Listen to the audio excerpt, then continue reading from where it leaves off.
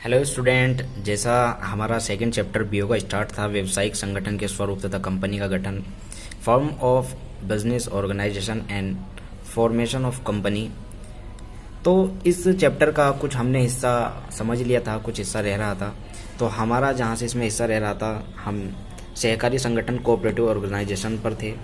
जो इंग्लिश की बुक है यूपी बोर्ड की, वो और ये दोनों हिंदी वाली बुक दोनों सेम है। इसमें कोऑपरेटिव सोसाइटी, कॉन्सेप्ट, मेरिट और लिमिटेशन टाइप्स, तो सारी चीज़ें यही दे रखी हैं।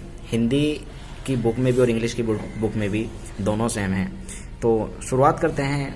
सहकारी संगठन कोऑपरेटिव ऑर्गेनाइजेशन क्या होता है? देखिए, ये एक ऐसा व्यवसाय होता है जो लाभ कमाने के उद्देश्य से नहीं किया जाता। ये चाहते हैं कि लोगों की सेवा की जाए और उसी के अनुरूप ये एक बिजनेस स्टार्ट करते हैं जो भारतीय सहकारी संघ अधिनियम 1912 के अंतर्गत कार्य करता है और ये वैधानिक है, कानून के दायरे में आता है। और इसमें जो लाभ होता है ये या हानि होती है, ये लोग आपस में बांट लेते हैं। लक्षण क्या है? इसके लक्षण की बात करते हैं। सबसे पहला ऐच्छिक सदस्यता है। कोई भी इसमें आ सकता है, कोई भी जा सकता है, लेकिन उससे पहले एक नोटिस देना होता है। इसके साथ नियंत्रण की बात की जाए, जो समिति चुनी जाती है नियंत्रण उसके हाथ में होता है। वैधानिक अस्तित्व की बात की जाए, इसका जब रजिस्ट्रेशन हो जाता है तो ये वैधानिक अस्तित्व में आ जाती है, लीगल हो जाती है। और दायित्व, इसमें दायित्व की अगर बात करें, सीमित दायित्व, जितनी आप पूंजी लगाते हैं उतना ही आपका दायित्व है। और आपकी जो निजी संपत्तियां है उसमें समिति का आप ऋण नहीं चुकाएंगे, ये इसमें फ़ायदा है। सेवा का उद्देश्य है, जैसा मैंने आपको बताया, लाभ कमाने का इसमें उद्देश्य नहीं होता, लोगों की सेवा का उद्देश्य होता है।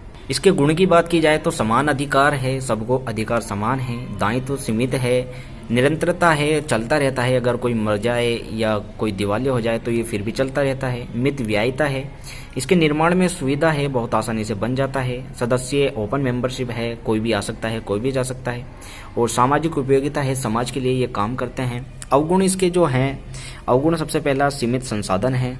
सीमित संसाधन का मतलब यह है कि जी जितनी इसमें पूंजी कम होती है तो लाभ भी इसमें कम होगा, संसाधन भी इसमें सीमित होंगे।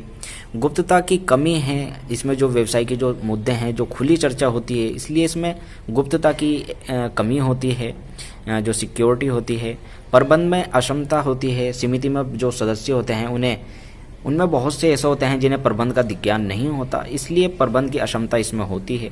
अत्यधिक सरकारी नियंत्रण होता है इसमें, और सदस्यों के बीच कभी कभी मतभेद भी हो जाता है।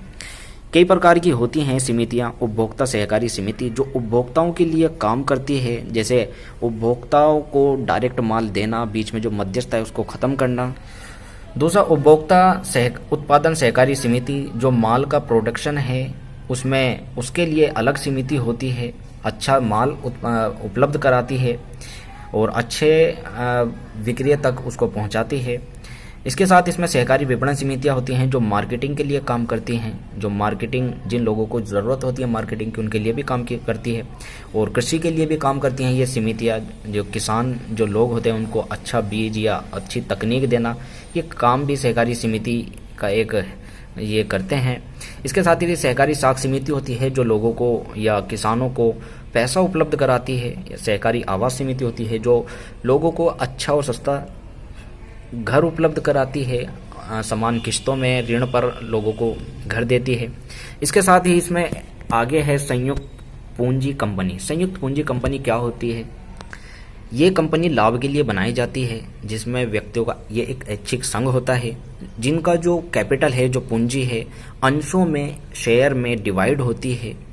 ठीक है, ये कंपनी अधिनियम 2013 के अंतर्गत आती है। एक ऐसा कंपनी और उसका मालिक अलग अलग होता है। कंपनी एक कृत्रिम व्यक्ति है जिसे ना देखा जा सकता है ना छुआ जा सकता है। ठीक है, तो कंपनी अलग होती है, कंपनी का मालिक अलग होता है। इसके लक्षण की बात करते हैं। पृथक वैधानिक अस्तित्व एवं कृत्रिम व्यक्ति है। मैंने आपको बताया कि इसका मालिक अलग होता है, कंपनी अलग होती है, उसके अलग सिग्नेचर होते हैं। ठीक है, निर्माण जो होता है, इसका निर्माण की अगर बात करें तो कंपनी का निर्माण एक सघन व कठिन प्रक्रिया है। कंपनी ही इसके अस्तित्व को अंत तक ला सकती है। ठीक है, तो शाश्वत उत्तराधिकारी कंपनी में कितने भी सदस्य कभी भी प्रवेश ले सकते हैं या बाहर जा सकते हैं, इसका कोई अस्तित्व पर असर इसका नहीं पड़ता। पंजीकरण इसका कराना अनिवार्य होता है। सौर मुद्रा क्या होती है? सौर मुद्रा एक सिग्नेचर होते हैं कंपनी के, जिस तरह एक इंसान सिग्नेचर करता है उसी तरह सौर मुद्रा होती है, कॉमन सील होती है जो कंपनी के सिग्नेचर होते हैं। जिस भी डॉक्यूमेंट पे सौर मुद्रा या सील लग जाती है वो कंपनी जो है वो उसको करने के लिए बाध्य हो जाती है, ज़रूर उसका करना होता है। जिस तरह सिग्नेचर होते हैं उसी तरह कंपनी के सिग्नेचर होते हैं। इसके बाद दायित्व और जोखिम की अगर बात करें तो जितनी पूंजी कोई लगाता है उतना ही उसका दायित्व होता है। अगर कोई कंपनी पे लोन या लेनदार आता है तो कंपनी अपनी संपत्ति बेचकर उसका पैसा देगी। इसके अगर गुण की बात करें हम तो सीमित दायित्व है इसमें, जैसा भी बताया है। अंश हस्तांतरण में सुविधा है, अपने शेयर किसी को भी दे सकते हैं, किसी को भी बेच सकते हैं। पूंजी की विशाल राशि है, आप जितनी चाहें आप पूंजी इसमें लगा सकते हैं, लेकिन उनके शेयर इश्यू करने पड़ेंगे। उससे पहले आपको जो रजिस्ट्रार हो उसको बताना होगा अगर आपको अपनी कैपिटल बढ़ानी है।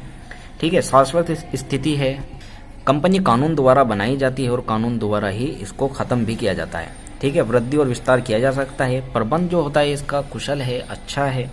इसके साथ इसकी सीमाएं क्या हैं? अत्यधिक कानूनी प्रक्रियाएं हैं इसमें, गुप्तता का अभाव और निर्णय में देरी होती है कंपनी में। ठीक है। अत्यधिक सरकारी नियंत्रण है और अल्पतांत्रिक प्रबंधन है। इसमें हितों में मतभेद हो जाता है, जैसे अंशधारी और ऋणपत्रधारी या कर्मचारी होते हैं, उनके जो हित होते हैं उनमें मतभेद उत्पन्न हो जाता है।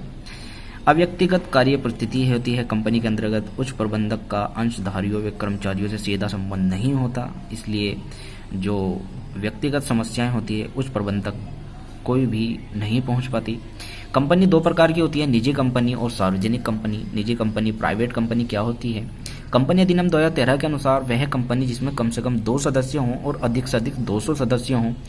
इन सदस्यों का अपने हित का हस्तांतरण, जो अपने शेयर है उसको दूसरे को ट्रांसफर नहीं कर सकते। ठीक है। और अपने जो शेयर हैं ये सामान्य जनता को भी नहीं बेच सकते। और इन कंपनियों के निर्माण के लिए न्यूनतम कम से कम 1 लाख रुपए की राशि लगानी होती है। निजी कंपनियों के नाम के आगे प्राइवेट लिमिटेड शब्द लिखा होता है। यदि प्राइवेट लिमिटेड शब्द नहीं लिखा होता तो उसमें कोई कंपनी अगर प्राइवेट लिमिटेड किसी भी यदि कोई कंपनी प्राइवेट कंपनी किसी भी मुख्य नियम की अवहेलना करती है तो उसे कंपनी को दी जाने वाली सभी सुविधाएं समाप्त कर दी जाती है। ठीक है। सार्वजनिक कंपनी क्या होती है? जो प्राइवेट कंपनी नहीं होती, जो पब्लिक होती है। कम से कम 7 सदस्य होते हैं और अधिक से अधिकतम की कोई सीमा नहीं है, कितने भी सदस्य हो सकते हैं। ये अपने शेयर जनता को बेचते हैं, खरीदते हैं और जो सदस्य होते हैं वे अपने शेयर दूसरों को ट्रांसफर कर सकते हैं। ठीक है। इनके आगे लिमिटेड शब्द लिखा होता है। ठीक है। इसके बाद अंतर दे रखे हैं साझेदारी, एकल स्वामित्व, संयुक्त हिंदू परिवार, सहकारी समिति व कंपनी में। तो ये अंतर आपको पढ़ लेने हैं। इसके बाद निजी कंपनी और सार्वजनिक कंपनी में अंतर दे रखे हैं, तो ये भी आप पढ़ लीजिएगा। इसके बाद आगे कंपनी और सहकारी समिति में अंतर दे रखे हैं, ये भी आपको पढ़ लेने हैं। तो ये चैप्टर यहाँ पर कंप्लीट होता है। उम्मीद करता हूँ आपके समझ आ गया होगा। जो हिंदी वाले हैं उनका मैंने चैप्टर करा दिया, इंग्लिश वालों को मैं ये चैप्टर अब भेज दूंगा ग्रुप में। तो शुक्रिया, धन्यवाद।